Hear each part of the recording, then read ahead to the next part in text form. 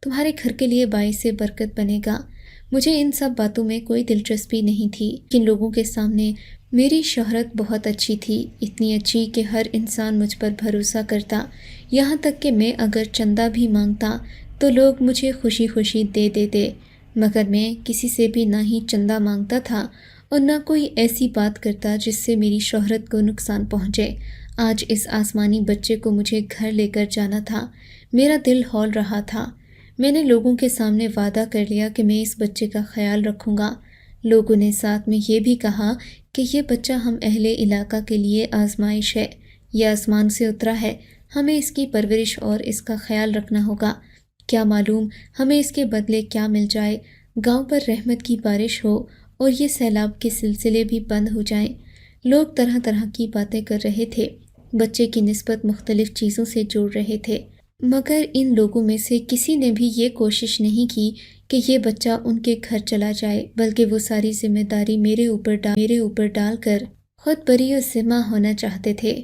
خیر مجبوراً میں نے اس بچے کو اپنے گھر لے جانے کی حامی بھر لی۔ میں نے دیکھا وہ سرخ مخملی ٹوکری میں تھا، واقعی میں کسی امیر گھرانے کا بچہ لگتا تھا۔ خیر ہمارے اس علاقے میں کوئی بھی ایسا امیر نہیں تھا جو ایسی مخملی ٹوکری کا بندوبست کر سکے، وہ ٹوکری بھی بے حد مہنگی معلوم ہو رہی تھی۔ میں نے اس ٹوکری کو اٹھایا اور اپنے گھر آ گیا۔ گھر میں داخل ہوتے ہی میری بیوی مجھ پر برسنا شروع ہو گئی۔ میں نے اسے جب ٹوکری کے بارے میں بتایا تو وہ مزید غصے میں آ گئی، کہنے لگی تم تو ہر فالتو بات پر یقین کر لیتے ہو، تم انتہائی بے عقل انسان ہو، مجھے تم جیسے گدھے سے شادی کر کے ہمیشہ افسوس رہے گا۔ بیوی کی باتیں سن کر تو میرے کانوں سے دھواں نکلنے لگا۔ میں سوچ بھی نہیں سکتا تھا کہ وہ اتنی بے حس عورت ہوگی کہ ایک چھوٹے بچے سے اتنی نفرت کرے گی۔ جب اس نے بچے کو کھول کر دیکھا تو وہ بھی دنگ رہ گئی، آنکھوں سے اس کی حیرت ٹپکنے لگی، منہ میں انگلی داب کر بولی، یہ تم کیا چیز گھر لے کر آ گئے ہو؟ مجھے تو یہ کوئی انسانی بچہ نہیں لگتا، یوں لگتا ہے کہ تم کسی جن کا بچہ اٹھا کر گھر لے آئے ہو۔ خدا کے لیے کیوں اس گھر پر عذاب نازل کروانے لگے ہو؟ کم از کم اگر تمہیں اپنا احساس نہیں ہے تو میرا ہی خیال کر لو، میں اس جن کی مخلوق کے ساتھ کیسے رہوں گی؟ پھر اسے کھلانے پلانے کا فائدہ کیا ہے؟ یہ مجھے کیا دے گا؟ کون سا یہ میرے رشتہ داروں کی اولاد ہے؟ میں اسے اولاد کی طرح پال کر بڑا بھی نہیں کر سکتی۔ میں تو تمہاری بے وقوفی پر حیران ہوں، تم اس ناجائز اولاد کو آسمانی بچہ کہہ رہے ہو، یقیناً یہ کسی کی حرام کاری کا ہی نتیجہ لگتا ہے جسے تم معجزہ سمجھ رہے ہو۔ بیوی کی باتوں نے میرے ہوش ٹھکانے لگا دیے تھے۔ میں سمجھ گیا تھا کہ جو کچھ میں سوچ رہا ہوں وہ بہت ہی غیر ممکنہ سی بات ہے۔ اور پھر ہمارے لوگوں کا کیا؟ وہ تو کسی پر بھی بھروسہ کر لیتے ہیں، کم از کم ہمیں تو تحقیق کر لینی چاہیے۔ میری بیوی کی کھری کھری باتیں سن کر میرا دماغ کھل گیا تھا۔ میں نے کہا اچھا چلو ٹھیک ہے، تم جیسا کہتی ہو میں ویسا ہی کروں گا، اس بچے کو اپنے کمرے میں نہیں ہمیشہ سے صحن میں رکھوں گا، تمہیں اس سے کوئی تکلیف نہیں ہوگی۔ اور کیونکہ میں نے لوگوں کو کہہ دیا ہے تو معاملہ اب میری عزت کا ہے، اگر میں پیچھے ہٹوں گا تو لوگ کہیں گے کہ میں نے ان کی بات نہیں مانی اور نہ ہی امام صاحب کی بات مانی، کل کو کسی بات پر لڑائی یا پھر جھگڑا ہو گیا تو لوگ پھر میرا ساتھ نہیں دیں گے۔ اسی بات کی بنا پر میری بیوی خاموش ہو گئی، بولی کہ چلو ٹھیک ہے، اس بچے کو میں تھوڑے دن حفاظت سے رکھوں گی، اس کے بعد تم اسے یتیم خانے میں داخل کروا دینا جب یہ کھانے پینے کے قابل ہو جائے گا۔ میری بیوی نے منہ چڑھا کر بچے کی ہمارے اوپر تو حیرتوں کے پہاڑ ٹوٹتے چلے گئے۔ میں نے دیکھا کہ اس ٹوکری کے اندر سونے کے بے شمار زیورات تھے، وہ زیورات بھی کافی بھاری اور وزن والے تھے، انہیں دیکھ کر ایسے لگتا تھا جیسے کسی کے خاندانی زیور ہوں یا کسی دادی نے اپنے بچوں کو دیے ہوں۔ یہ اتنے خوبصورت زیورات تھے کہ انہیں دیکھ کر میرا بھی دل للچانے لگا۔ میری بیوی پھٹی پھٹی آنکھوں سے میری طرف دیکھنے لگی، بولی کہ یہ تو بہت مہنگے سونے کے زیورات ہیں، کہیں ہمارے ساتھ کوئی دھوکہ تو نہیں ہو رہا؟ ایسا نہ ہو کہ ہم یہ زیورات بیچ لیں، کھا جائیں، بعد میں ہمارے لیے مشکل ہو سکتا ہے کہ یہ کسی امیر ماں باپ کی اولاد ہو اور انہوں نے ہم لوگوں کی ایمانداری کو پرکھنے کے لیے اس بچے کو ٹوکری میں ڈال کر یہاں سب کے سامنے رکھ دیا ہو۔ بیوی کی بات بھی بالکل جائز تھی، لیکن فی الحال میرے پاس اس چیز کا کوئی جواب نہیں تھا، کیونکہ اتنے بھاری سونے کے زیورات اس تو یہی تھا کہ یہ بچہ امیر ماں باپ کی اولاد تھا۔ اگر وہ غریب ہوتے، ان کے پاس روپیہ پیسہ نہ ہوتا، تو وہ اتنا سونے چاندی کے زیورات اس ٹوکری میں کیوں رکھتے؟ اور اگر وہ امیر تھے تو پھر انہوں نے اس بچے کو ہمارے حوالے کیوں کیا؟ یہ بات سوچنے والی تھی۔ میں نے اپنی بیوی سے اس بات کا ذکر تو کر دیا تھا، مگر میں باہر کسی کو بھی اس بارے میں نہیں بتانا چاہتا تھا، کیونکہ اس بچے کی دیکھ بھال اور ذمہ داری میرے ذمہ تھی، اور ظاہر ہے اس سے جڑا فائدہ بھی اس پر میرا حق تھا۔ میں نے اپنی بیوی سے کہا کہ تم یہ زیورات سنبھال کر گھر میں رکھ دو، کچھ دن تک ہم انتظار کریں گے، اگر کوئی اس بچے کو ڈھونڈنے نہیں آیا تو پھر ہم ان زیورات کو بیچ کر اپنے لیے بڑا سا گھر خرید لیں گے۔ یہ بچہ ہمارے لیے واقعی رحمت ثابت ہوا تھا۔ میری بیوی بھی اس بات پر راضی تھی، کہنے لگی کہ پہلے تو میں اسے بوجھ سمجھتی تھی، لیکن اب ایسا نہیں کروں گی، اسے پالنے پوسنے کا بندوبست کروں گی۔ میری بیوی کا بدلا ہوا لہجہ بتا رہا تھا کہ اسے اس بچے کے آنے پر خوشی ہے اور وہ واقعی اب اس کا خیال رکھے گی۔ میں نے بھی حامی بھر لی تھی کہ میں اس بچے کے بارے میں کسی کو نہ بتاؤں گا، لاکھ کوئی کہے مگر اسے اپنے گھر سے نہ نکالوں گا۔ ان زیورات کی قیمت کا پتہ لگانا بھی میرے لیے اب دلچسپی کا باعث تھا۔ میں اس دن گھر سے باہر گیا، لوگوں نے مجھ سے کافی بار پوچھا کہ تمہارے گھر میں جو بچہ آیا ہے، کیا اس کا تمہاری زندگی پر کوئی اثر پڑا؟ میں نے کہا کہ ہاں، میرے گھر میں بہت زیادہ برکت ہوئی ہے۔ لوگ اب اس بچے کو آسمانی بچہ کہہ کر پکارنے لگے۔ مجھ سے کہتے کہ تم بڑے خوش قسمت ہو جو تم اس بچے کو لے کر اپنے گھر چلے گئے، کاش کہ ہم بھی وقت پر یہ ہمت کر لیتے تو وہ بچہ ہمارے ساتھ آ جاتا، مگر میں نے سب لوگوں کو سختی سے منع کر دیا کہ میں اذہان کو کسی کے حوالے نہیں کروں گا، اس بچے کی پرورش بھی خود کروں گا۔ اب ہر طرف لوگ میری عزت کرنے لگے تھے، لیکن پھر وہ ہوا جو میں نے سوچا بھی نہیں تھا۔ میں گھر گیا تو میری بیوی سر پر کپڑا باندھے بیٹھی تھی۔ میں نے اس سے پوچھا کہ کیا ہوا؟ کہنے لگی کہ غضب ہو گیا، مجھ سے بہت بڑی خطا ہو گئی ہے، ایسی غلطی ہو گئی کہ جو قابل معافی نہیں ہے۔ اب تم یہاں سے چلو، ہمیں کہیں دور چلنا چاہیے، اس آسمانی بچے کو بھی اپنے ساتھ لے کر جائیں گے، ورنہ یہ لوگ تو ہمارا جینا حرام کرنے والے ہیں۔ میں نے اپنی بیوی سے پوچھا کہ آخر ایسا کیا ہو گیا کہ تم مجھے یہاں سے چلنے کا کہہ رہی ہو؟ میری بیوی نے ڈرتے ڈرتے مجھے بتایا کہ آج دوپہر کے وقت ایک بوڑھی عورت گھر کے دروازے پر آئی تھی۔ اس نے میری بیوی سے مل کر عجیب باتیں کہی ہیں۔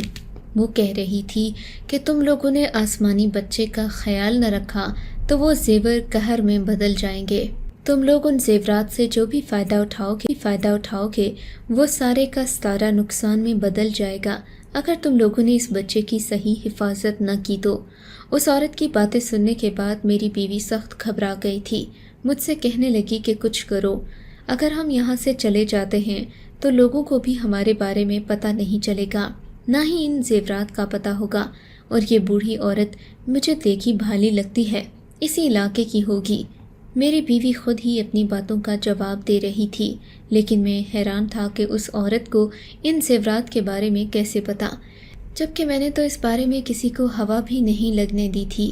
میں نے اپنی بیوی سے پوچھا کہ تم یاد کرو، کیا تم نے کسی کو بھی اس بچے کے بارے میں بتایا ہے، زیورات کا ذکر کیا ہے؟ کہنے لگی کہ ایسا بالکل نہیں ہوا۔ میرے دل میں عجیب سا لالچ بھر آیا تھا۔ میں نے اس سے کہا کہ ہمیں جلدی سے یہ زیورات بیچ کر اپنے لیے گھر خرید لینا چاہیے، یہ نہ ہو کہ بعد میں ہم ان زیورات سے گھر آ کر ڈاکہ ڈال دے اور زیورات بھی ہم سے چھین لے تو کیا ہوگا۔ میری بیوی بھی ڈر گئی، کہنے لگی بات تو آپ صحیح کر رہے ہیں، لیکن ہمیں ایسا نہیں کرنا چاہیے، ایسا نہ ہو کہ یہ بچہ ہمارے لیے باعث مصیبت بن جائے۔ اس عورت نے بھی یہی کہا تھا کہ ان زیورات سے حاصل ہونے والا سارا فائدہ نقصان میں بدل جائے گا۔ میں اپنی بیوی کی عجیب و غریب باتیں سنتا تو میرا ذہن ٹینشن سے بھر جاتا۔ میں نے وہ زیورات لیے، سیدھا سنار کے پاس گیا، اسے کہا کہ آج کل ہمارے گھر کے حالات ٹھیک نہیں ہیں، میری بیوی اپنے خاندانی زیورات بیچ رہی ہے، ان کی قیمت کیا لگے گی؟ اس نے جب مجھے زیورات کی قیمت بتائی تو میرے تو رونگٹے کھڑے ہو گئے تھے۔ وہ رقم میری سوچ سے بھی زیادہ تھی۔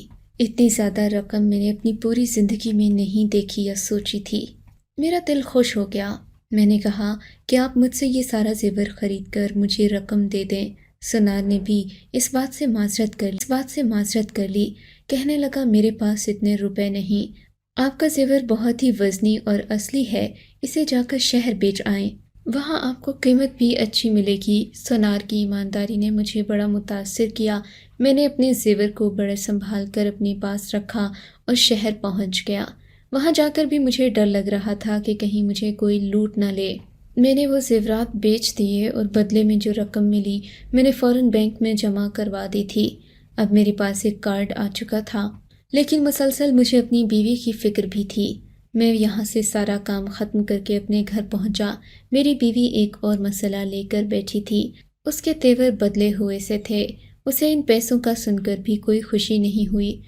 تبھی میں نے اس سے پوچھا کہ اب تمہیں کیا مسئلہ ہے؟ تمہیں تو خوش ہونا چاہیے کہ ہمارے پاس اتنی بڑی دولت آ گئی، زندگی بدلنے والی ہے۔ میری بیوی مجھ پر ہی برس پڑی، تم تو لالچ میں اندھے ہو گئے، تمہیں اپنی بیوی نظر نہیں آتی، بس تمہیں اب یہ روپیہ نظر آ رہا ہے جو تمہیں اس آسمانی بچے کے بدلے میں ملا ہے، لیکن تم جانتے ہو کہ اس آسمانی بچے کی وجہ سے مجھ پر کیا کیا مصیبتیں آئی ہیں۔ اگر تمہیں پتہ ہوتا تو تم کبھی شہر نہیں جاتے، تمہیں میرا احساس نہیں۔ میری بیوی مجھ سے جھگڑنے لگی۔ میں نے اسے سمجھایا کہ ایسا کچھ نہیں ہے، مگر وہ بضد تھی کہ میں اس بچے کو گھر سے نکال دوں۔ اس نے مجھے بتایا کہ ہر رات ہمارے گھر میں ایک سایہ آتا ہے جو اس بچے سے ملتا ہے، اسے دیکھ کر یہاں سے چلا جاتا ہے۔ سائے کو دیکھ کر وہ ڈر جاتی ہے۔ بیوی کی باتوں نے مجھے حیران کر دیا تھا۔ سائے سے تو مجھے بھی ڈر لگتا تھا، مگر اس کے سامنے مردانگی دکھاتے ہوئے میں نے کہا کہ آئندہ سے اذہان میرے پاس رہے گا اور تمہیں یہ تنگ بھی نہیں کرے گا، نہ اس سے کوئی ملنے آئے گا، جو بھی آئے گا میں اسے دیکھ لوں گا۔ میری بات سن کر میری بیوی پریشان ہو گئی، کہنے لگی مجھے آپ کی فکر، میں آپ کو کھونا نہیں چاہتی، میں اس بچے کو اپنے اور ہمارے کمرے میں رکھوں گی، ہمارے ساتھ ہی رہے گا، جو بھی ہوگا وہ مل کر دیکھ لیں گے۔ رات کے 2 بجے تھے، میں اور میری بیوی آرام سے سو رہے تھے، ساتھ ہی چھوٹے بیڈ میں اذہان بھی تھا کہ تبھی ہمارے گھر کا دروازہ کھلا۔ میں حیران تھا کہ ہمارے گھر کو تو تالا لگا رہتا ہے، لیکن آنے والے کے پاس ہر دروازے کی چابی تھی، یہاں تک کہ وہ ہمارے کمرے تک آ گیا۔ میں نے دیکھا کہ وہ مردانہ لباس میں ملبوس تھا۔ اس نے سفید رنگ کے کپڑے پہن رکھے تھے، مگر میں اس کے خد و خال دیکھ کر یہ بتا سکتا تھا کہ وہ کوئی مرد نہیں بلکہ ایک عورت تھی۔ بجائے ڈرنے کے میں اٹھ کر کھڑا ہو گیا، کیونکہ میں جانتا تھا کہ یہ جو کوئی بھی ہے، جن وغیرہ نہیں بلکہ ایک انسان ہے، اور وہ بھی ایک عورت۔ یہ دیکھتے ہی میرے اندر جان آ گئی۔ میں نے اس کو کلائی سے پکڑ لیا، اس کے سر پر موجود کپڑا کھینچا تو میرے قدموں تلے سے زمین نکل گئی۔ میرے سامنے ایک خوبصورت لڑکی تھی، اسے دیکھتے ہی میں پریشان ہو گیا تھا، کیونکہ وہ ہمارے گاؤں کے نواب کی بیٹی تھی اور میں اسے خوب جانتا تھا۔ اسے میں نے 2-3 بار یونیورسٹی جاتے دیکھا تھا، مگر آج جب اپنے گھر میں دیکھا تو میرے قدموں تلے زمین نکل گئی۔ نادیہ، تم یہاں کیا کر رہی ہو؟ میں نے اس سے سوال پوچھا تو اس کی آنکھوں میں آنسو امڈ آئے تھے۔ مجھے معاف کر دو، لیکن میں اپنے بچے سے ملنے آئی ہوں۔ میں اسی مقصد کے لیے روزانہ آتی ہوں۔ سفید رنگ کا کپڑا اس لیے پہنتی ہوں تاکہ لوگ مجھے انسان نہیں بلکہ جن بھوت سمجھیں۔ میں نے اپنے بارے میں بہت ساری باتیں بھی پھیلا رکھی ہیں، کوئی مجھ پر شک نہیں کرتا، یہاں تک کہ میرے ماں باپ بھی نہیں۔ رات کے اس پہر میں اپنے بچھڑی ہوئی اولاد سے ملنے آتی ہوں۔ نادیہ کی بات سن کر میرے قدموں تلے سے زمین کھسک گئی تھی، لگا کہ میں کوئی خواب دیکھ رہا ہوں۔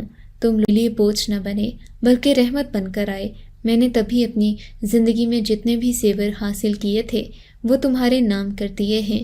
مجھے امید ہے کہ وہ بیچ کر تمہاری زندگی میں سکون آ جائے گا۔ میرے بچے کو مجھ سے ملنے سے کبھی مت روکنا، کیونکہ میں ایک بے بس ماں ہوں۔